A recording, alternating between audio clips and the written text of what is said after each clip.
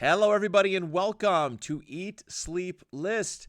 My name is Matt Johnson, your host, and for today, Mirror List Monday, we're going to be taking a look back at our childhoods and examining what we wanted to be when we grew up.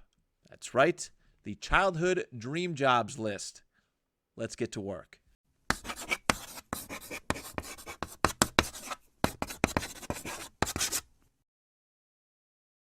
So I was having a bit of a rough week at work this past week. A couple of very, very overwhelming, exhausting, taxing days. And it actually got so bad that I decided to take a day off in the middle of the week, which is something that I don't like to do, especially not wasting, it was much needed, but using paid time off on this half of the year. All right. I had to. I absolutely had to. My brain was fried. I was angry. I was worked up about silly stuff. And I was just like, you know what? I need a day to myself. I need to not be at this place. I need to learn to miss this place again. I got to take a step back. And I'm actually really glad that I did for multiple reasons. One, it led me to doing this episode because Mirror List Monday, it's a little bit more deeper when it comes to thinking about what I want to talk about that week. Something has to be on my mind. And usually it's an occurrence that happens within the week. It's some mental state, some idea, some perspective that inspires me to pick what we do for Mirror List Monday. And two, it was a nice reflection because I got to really think about, how did I end up in this situation? How did the kid, the younger version of myself, who aspired to be so much and then some, end up where I'm currently at? And there was a lot of some hard truths I had to accept. It's kind of my fault. No, it's definitely my fault. All right, if you can view it that way. Every choice that I have made, good and bad, has led me to where I'm at. It's plain and simple, yet very, very complex. I have made a lot of bad decisions in my life, and it's led me to falling short of my goals for a career, for financial opportunity, for financial freedom. I made a lot of piss poor decisions. There's also been some good decisions and stuff. Like I've talked about how I hated my last job, being out of a labor union hiring hall, and it was a step forward to be where I'm at, and I'm always going to be grateful for the massive upgrade in quality of life that this place has gotten me. But there's also, I'm always wondering in the back of my head, what else is there for me? Is this it? This is going to be me for the rest of my life? Just kind of wallowing in the 8-hour work day and 40-hour work week and overtime if I want to, but I really don't want to, but I have bills to pay. It's just going to be me forever. So I started backtracking and stuff. And I was like, you know what? I think this is a good time to reflect on my childhood. Because one of my favorite questions from childhood that I always received, and the answer would vary from time to time, but what do you want to be when you grow up? We'd be asked this by family. We'd be asked this by friends. We'd be asked this by teachers, coaches, amongst many other things. And it really got me thinking, wow, did I not go in the direction that I thought I would go? Okay. My dreams and goals were so much bigger than doing what I currently do. And again, I'm grateful for the opportunity to be where I'm at. It has allowed me to provide a life, pay bills, and do some fun stuff, and make sure myself, the wife, my son are all paid for. All right, everything that we need, just about everything that we need is compensated. We have the money for it, and we have insurance and all that stuff. We're very fortunate for that. But yeah, man, I fell short. What happened? Where did it go wrong? and there's a lot of like what if moments, like turning point moments in my life that I'm like, oh, if I just would have stuck out with this, or if I would have made a smarter decision. I'm paying for those bad decisions still to this day. I still am, but we're gonna get a little bit further into it in the lessons from the list. But I'm where I'm at because of what I decided, my emotional state, my decisions. It's led me here, and there's a lot of regret. There is a lot of regret on my end for how I've ended up. You know, when you start off like when you're young and the whole world is in front of you, 6, 7, 8 years old, and you enter like school and you're around people and you start getting asked that question, hey, what do you want to be when you grow up? We have these big ideals, right? I remember there was one point where it's like, I want to be U.S. president. I think that's one that a lot of people had. And I remember my mom going, she was like, I don't know about that. And obviously, she was probably very right on that. She was probably it was probably a good call on her end to say that. But yeah, life happened, and then all of a sudden, I just condensed and compromised all of these ideas and dreams that I had, all of these things that I wanted to be. It gets to these forks in the road, these pivot points where, hey, I can finally start going into this path where it's going to be hard, but at the end of it all, I get to be what I wanted to be. I get to do the things that I wanted to do. And I always took the easy way out. I talked about my experiences in college and how if I would have just worked harder, if I would have been focused, that I could have been some of the things that I wanted to be. And I was just way too young and immature. All right. I was yearning for a childhood, a social life that I had skipped and ignored until it was too late. I was on the straight and narrow in high school. I didn't want to go out and party and social. And my friend group, my immediate friend group was what it was. But as far as outside of them, I didn't really go out and try new things. I didn't go and socialize. I didn't go out and meet new people. I didn't take drastic chances. So by the time I started to get a little bit of a freedom, my senior year, I took it and ran with it, and I became a very unserious person, and it led me to such just low-level retail jobs and a parking lot job, which was great for what it was, but in hindsight, there was no future in it. And there was a point where I was like, oh, this isn't such a bad life.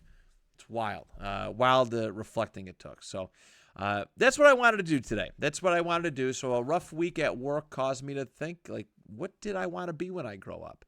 And really reflect on what got me to this point.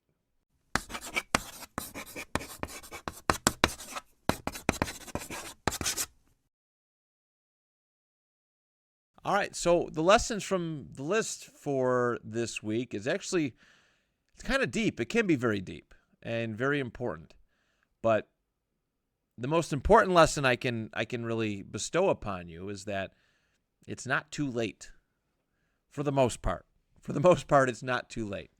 Unless, when you're my age, the dream of being in maybe a potential dream of being a professional athlete is mostly out the window. I don't think the NFL is going to be yearning for a 32-year-old player who, I'm 34 now. Good God. I don't think the NFL is going to be yearning for a 34-year-old player who hasn't played any sort of organized football since 10th grade junior varsity and rode the pine a lot in that year. Those athletic dreams are probably done and gone for the most part. I love pro wrestling, and I've actually taken a lot of, there's a lot of influence and inspiration through pro wrestling. Most famously, a pro wrestler by the name of Diamond Dallas Page. He was 45 years old when his career finally got underway, finally got started. A lot of top stars today are in their mid to late 40s. and they look great. Some of them are in their just physical prime, and they're going strong. So pro wrestling is an exception, all right, because there's no straight and narrow path to being a top professional wrestler. And we're going to be talking a lot about that today. But it's not too late. It's not too late to go back to school and apply yourself. I know for a fact that if I went to school now, all right, if I didn't have any of my obligations that I have now, and even, you know what, I think I could try. If there was something I really, really, really wanted to go for, I think with enough hard work and determination that I could do it. I think I could pass school and get a degree. I do believe that wholeheartedly. Or I maybe coming up with a cool idea. All right, I know plenty of people who own successful businesses, run successful businesses that don't have a degree. They just had a really good idea, and read books, read up on stuff and things, and became business savvy through the power of reading, and run successful businesses. That option's always there. There's so much stuff. I mean, we live in a day and age where all it takes is one good video and on a YouTube or TikTok, and all of a sudden there's maybe something there. All right. I love the story of Mr. Beast. I love his story. I heard about it once or twice where he basically he took like a year, I think it was, or there's a certain amount of time that he took, and him and his friends would study like algorithms and the best color for like thumbnail and all this stuff. And he went out and he took a year. He just took a year to himself, studied, and now he's probably the most successful YouTube personality of all time. And I don't think I'm going to ever get to that point. I don't think I'm ever going to get to that point myself, but it's amazing to witness that this guy took just a fun concept of just creating YouTube content, and is well off, very, very well off. And not only just well off, but helping others become well off and changing the world for the better. All right. That is remarkable to see. So the other lesson from the list is, like, successful people don't put an age limit on what they want to become. That's why successful people are so successful, is that their journey to whatever it is that they want to become, or that they, by pure chance and luck, fall upon. When it happens, it happens. All right, you can't force these things. I know people who have tried for many, many years to, in pro wrestling, they've tried and tried and tried and tried, and eventually found success. Eventually landed that contract that they believe that they always deserved. There's business people who they try and they fail, they try and they fail, and they try and they fail many, many, many times over for years. And they don't listen to the failure. They don't let the failure get them down. They use the failure as motivation, and they try again, and they finally land something at years. And those always make the best success stories. At least I've always found. All you got to have is drive and determination and a great idea. And if you are persistent, and if you care enough about achieving something, about getting a college degree that can get you that big job, if you have enough drive, determination, and motivation to create a successful business, all right, you will do that. You will do that. This is the only thing in your way. Your mind. A lot of people are small-minded. I can definitely attest to that I have been small-minded in the past. But I know what I can do when I am determined and motivated. And if I really, really, really want something, I will achieve it. That's the beautiful thing. That is the beautiful thing about life. That is the beautiful thing about finding inspiration and motivation and determination, is that we really, really can. If you take off, if you get rid of those mental barriers, you can be whatever it is that you want to be.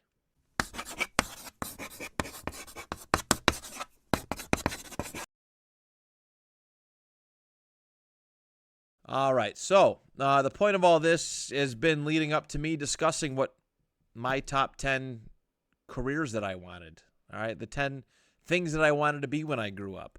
And I wanted to be a lot of things. So I had to narrow down the time frame. And my childhood is what I'm specifying. Just like the toys list that we did a couple Fridays ago, I want to stick just within my childhood and recall and remember what those big aspirations were. What those aspirations were. It doesn't matter how big or small, because some of them are kind of small. I'm not going to lie. I maybe have 3 or 4 that are massive, like big ideals. But these are the things that I vividly remember thinking about, talking about, wanting to be when I finally grew up. And yeah. All right, here we go. My number 10. I wanted to be a postal worker. I wanted to be a postman. I thought the idea of delivering people's mail was like the coolest thing as a kid. And like people usually get excited. At least back then, they'd get excited. I think now you get excited too, even though I get a lot of bills in the mail and a lot of other like spam mail, political mail that I don't necessarily want to get. But think about the joy. At least I remember being excited when the mailman or mailwoman came to the door and delivered mail. You were always hoping for something, right? Or if it was around your birthday, you were hoping that you were getting a nice birthday card or some kind of present, some kind of box being shipped to you. Mail was exciting. It certainly was. And just the idea of just walking around, right, getting a nice workout in, and you can put some headphones on. You get to drive in those little trucks and go from neighborhood to neighborhood and deliver mail. And I have applied in recent years to do it. It just seems so complicated. It seems it's such a desirable job too that it's hard to find places. Like if you really want to do it, like you probably have to move elsewhere. Probably missed the boat on it, but that's one I remember just thinking that how cool would that be to be a postal worker. So that is my number 10. All right, my number 9.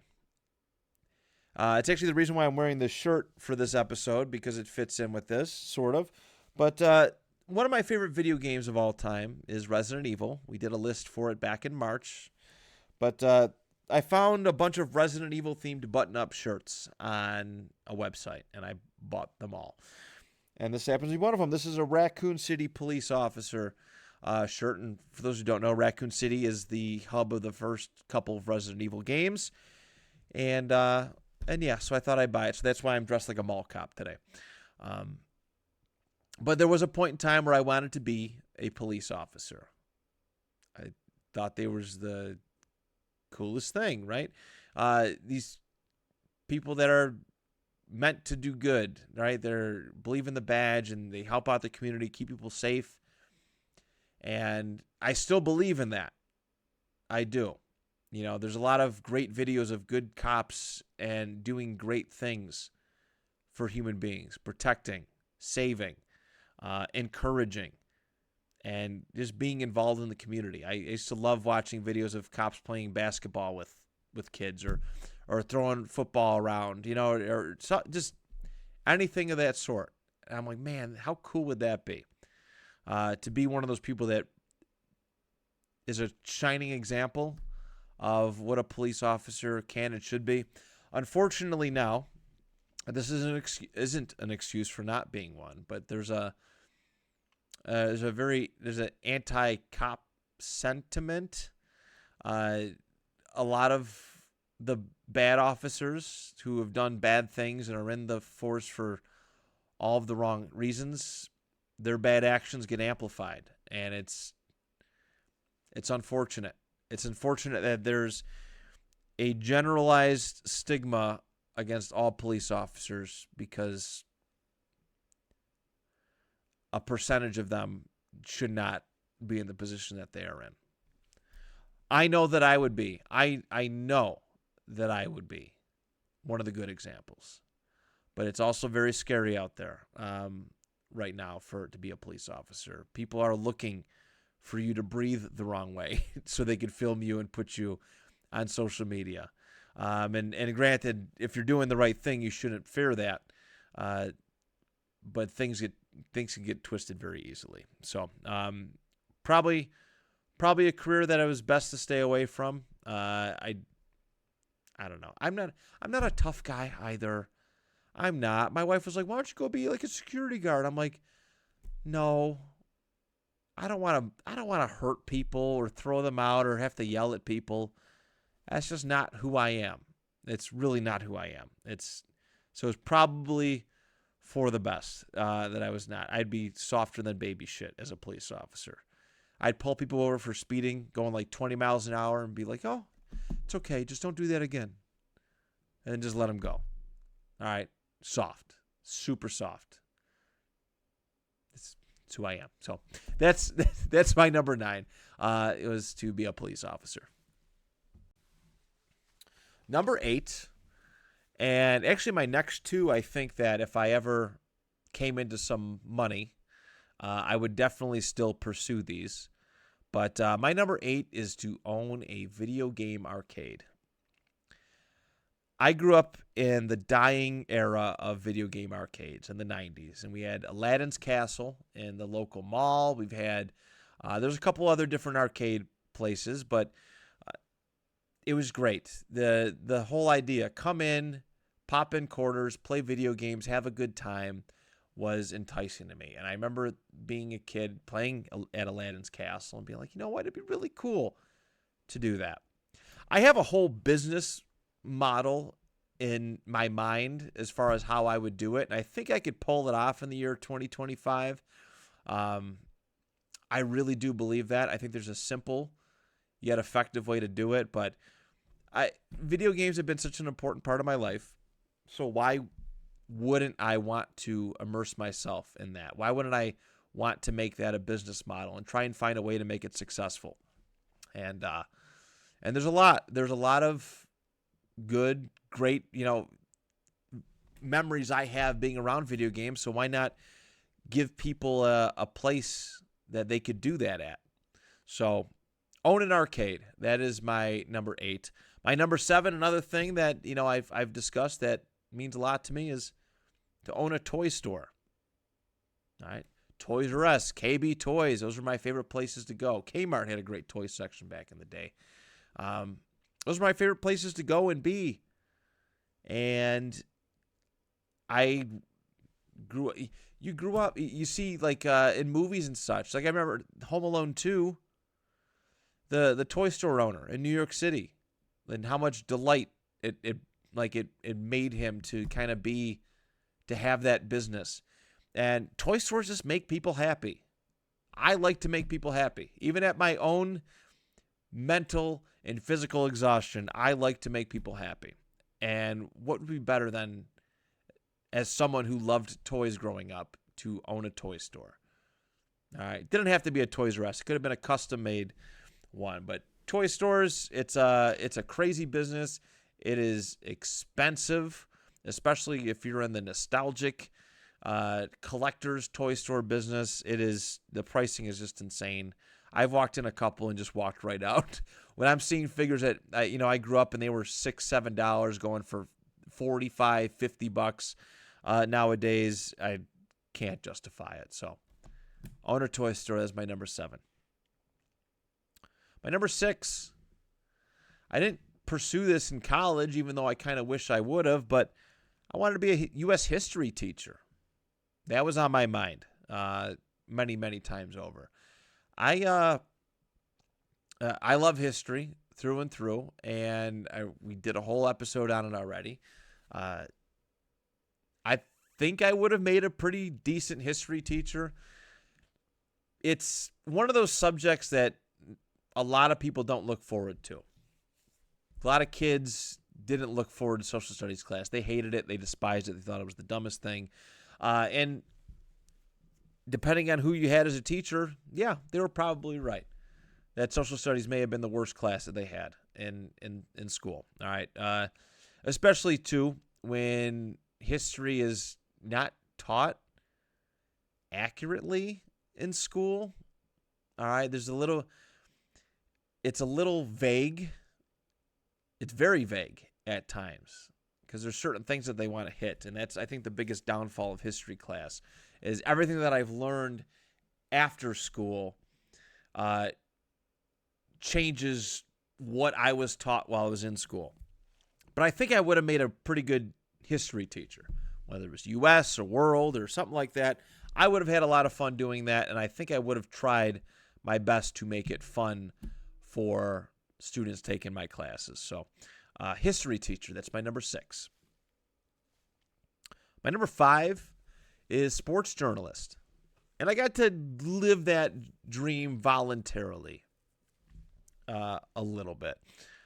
So years ago, I was very lucky to benefit from a friendship with a guy by the name of Nick. I won't say his last name for privacy's sake, but he ran a media outlet around here called Bill's Wire. It was through USA Today.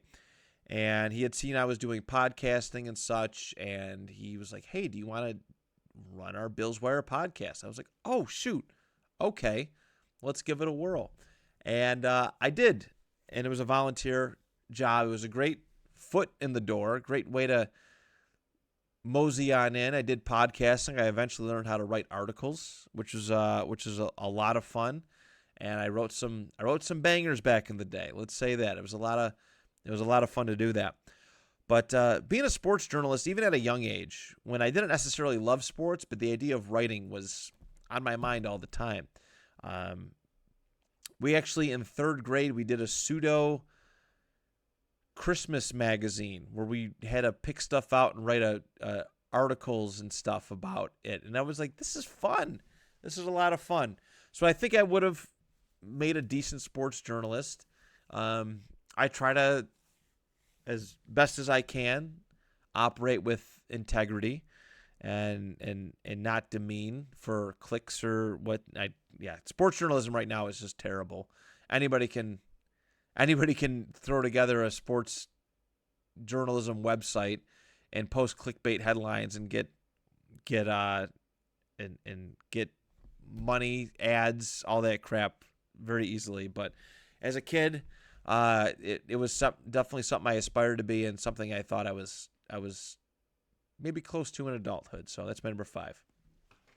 Number 4, sticking within the same vein of writing, I wanted to be an author. When I was growing up. Big book fan. Talked about that plenty.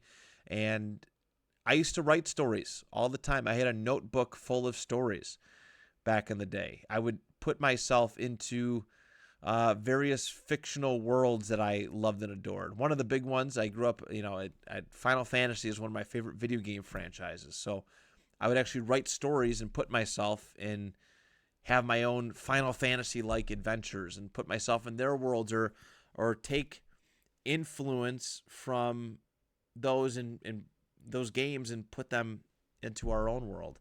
And it was a lot of fun. It was a lot of fun to write those out. And I did that many, many, many times over. And I would just hold on to the books and I would just write and write and write. And then when I filled up the notebook, I didn't read it until I filled up the notebook.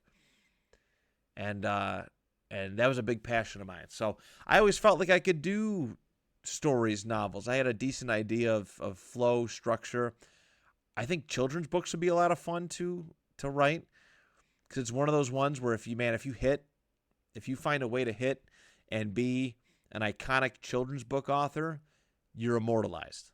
You are absolutely immortalized. Even at 30 years old, and some people 30, 40 years old, they still remember those iconic children's books that they grew up. I remember the Boxcar Children and Flat Stanley, The Very Hungry Caterpillar, Chicka Chicka Boom Boom. All those books that were there's so many more. There's so many more, but just iconic. And like I get giddy and excited when I'm passing through a bookstore and I still see those books. So number 4, author. Number 3, this is what I actually went to school for, and I failed twice at it. The second time was a little bit better of an effort, but if you're going to college, you got to focus on college. I was going to college. I was in a serious relationship. I was trying to be a pro wrestler. I was living in an apartment, so I had to have a job. I wasn't focused. I was too distracted. But I wanted to be a phys ed teacher. I wanted to teach phys ed class because I thought it was the best class in school that you could ever take. I love the idea of physical activity and going to relieve some stress. All right, okay. Science class was rough, but hey, I get to go play dodgeball next period. I always thought that was cool as a student, and I think there would be a lot of fun stuff for me to offer as a teacher. I had a lot of great phys ed teachers in my time growing up, going through school. A lot of great ones. And I looked forward to phys ed class. I really, truly did. And that was the one thing that I really actively pursued in college, and I wish I would have stuck with it. I wish I really wanted to stick with it. So that is my number 3, a phys ed teacher. Number 2, this is probably my biggest delusion of grandeur, but it was to be a pro wrestler. And I sort of did that. All right. So there's a sad, traumatic memory that I have of talking about this openly in class. I was in 8th grade in my home and careers class, and we were doing some kind of careers thing, like look up on the computer. And I'm looking through stuff, and I go, hey, my teacher's like, well, I'm like, I can't find anything. Like, there's nothing I really gravitate towards. She goes, well, what do you want to be? I go, I want to be a pro wrestler. And she started laughing. She goes, well, I want to be a sumo wrestler. And the whole class started laughing at me. And it was really, really embarrassing. It was like that coming of age TV show moment where I came home and ripped down all the wrestling posters in my bedroom. And that's legit what happened. That's legit. I was so upset and heated that this teacher, and this is why I think education is such a weird thing, but I hated that this teacher who's really paid to help inspire people did that to me. And I wish I would have held on to that motivation while I was doing pro wrestling, throughout. It was my inspiration to kind of get into it a little bit. I was so ready to prove this lady wrong. So partially, I went into it with the wrong mindset. But I had a great couple years doing it. I had a lot of fun. And I do believe that, much like my another attempt at college, I think I could do that a lot better now. I think that I've become a lot wiser when it comes to looking at professional wrestling. I think I've become a lot wiser when it comes to looking at professional wrestling and how to organize matches and all that stuff. Like, be a wrestler that people actually get excited to see and not just another guy. I feel like I've learned from my time away. It's been 11 years at this point since I was full-time going through with it. I think I could do really good stuff as a pro, but no, I'm not interested in going back into it. But as a kid watching it, that was a big thing. It's actually funny. A story my parents love to tell is that when they were talking about, they were like, oh, they were trying to find sports for me to like, because I didn't like football. I didn't really care for baseball, but that was probably the simplest thing that I did. But I remember them bringing up wrestling. Like, oh, we should get him into wrestling. And I had no idea what high school, college, Olympic-style wrestling was at that point. I did not have a single clue. So my first thing I said, ooh, what's my name gonna be? That was literally my first reaction to it. What's my wrestling name gonna be? And I started thinking about, doing training and practice matches in a wrestling ring and all this stuff. And that was where my head was at. This is me at 7, 8 years old. So the version of me that got to do pro wrestling for any amount of time, I think that 7, 8-year-old me would be pretty proud. But yeah, it's something I kind of wish I would have stuck with. I wish I didn't let people close to me deter me from that and try their hardest to intervene and get me out of it. But yeah, being a pro wrestler was my number 2 career that I wanted, thing that I wanted to be when I grew up. And my number one. This is probably my favorite one and something I've never gotten to talk about publicly on this show. But there was a stint between the 3rd and 5th grade where the job I wanted, the career I wanted, what I definitely wanted to be when I grew up was a video game designer. I had a notebook. It was a binder. And what I would do is I'd write out video games, write out stories, plots, certain things, and I'd store them in this folder. And it was mine. All right. It was, instead of writing stories, I was writing ideas for video games that I thought would be cool. And a lot of it was goofy, outlandish. I think I wrote 64 different versions of Crash Bandicoot games. So I'm sure, I don't think all those would have panned out, but it was really cool that like this immersed like my time, my creative energy, is that I would put a lot of time into this. These binders. I actually ended up having like 2 binders full of this. But it was cool. I wish I still held on to those. Those binders went missing many, many, many years ago. But I was legitimately obsessed. I would try and draw covers. But I probably wrote out the ideas for 200 to 300 different video games. And I loved it. It was something to look forward to every single day.